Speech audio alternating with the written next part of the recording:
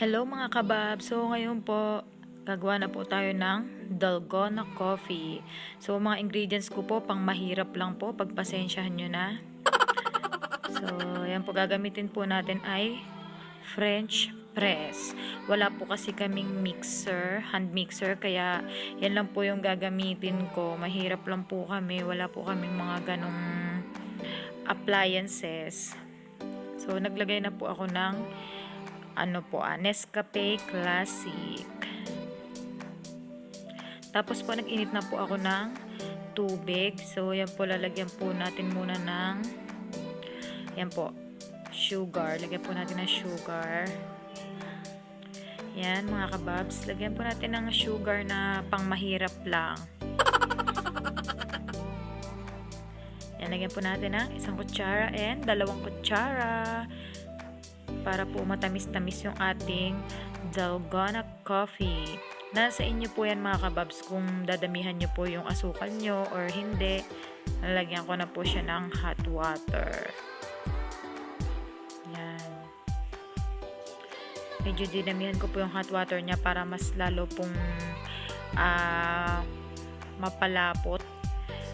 Makakagawa po kasi ako ng foam dyan sa ating French press. Instead po nung sa hand mixer po yung gamit ko, yan po yung gagamitin natin.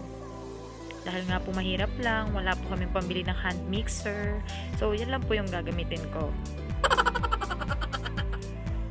Yan. So, pump lang. Pump lang po tayo. Yan. Makikita nyo po. Ayan. Pump lang po natin siya.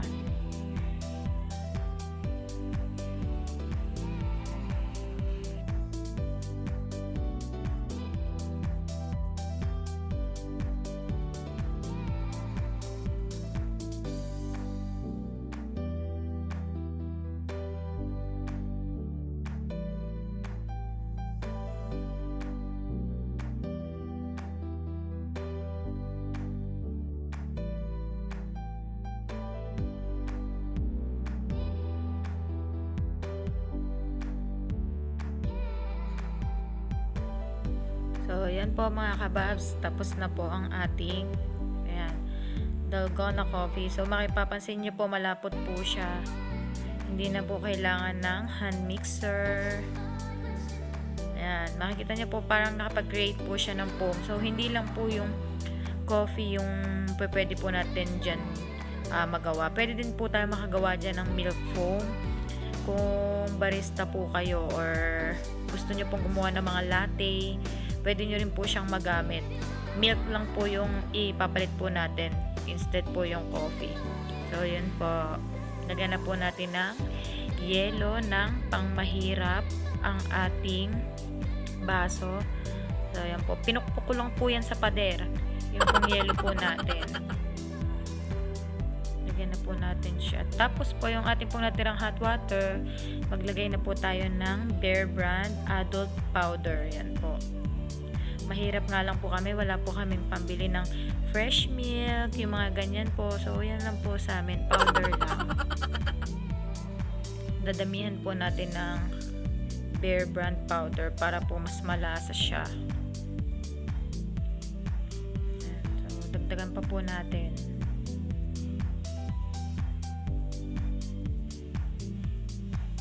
So, halo-halo lang po hanggang sa matunaw po yung powder niya. Bali, hindi na po natin siya lalagyan ng sugar dahil nalagyan na po natin ng sugar yung ating pong coffee. Yung milk po, kahit wala na po siyang sugar, okay lang. Yan, dagdagan pa po natin para hindi po siya maputla.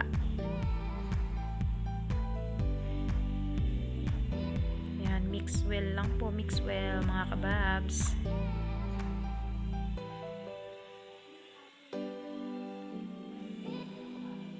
So, salin na po natin ng ating Bear Brand Adult sa ating baso.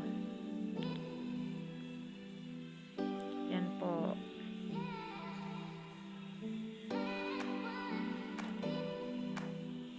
Yan po, lalaki po ng yelo natin. Tipak-tipak po talaga.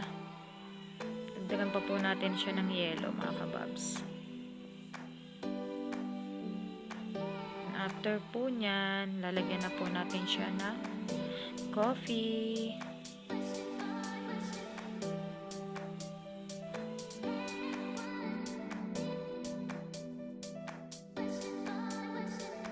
So, yan po mga kababs, isasalin na po natin yung ating coffee sa milk natin. Ang ganda-ganda po ng pagkakagawa ng foam niya. Ganda po ng kanyang texture. Bali, hindi lang po talaga Dalgona yung pinaka-name po niyan.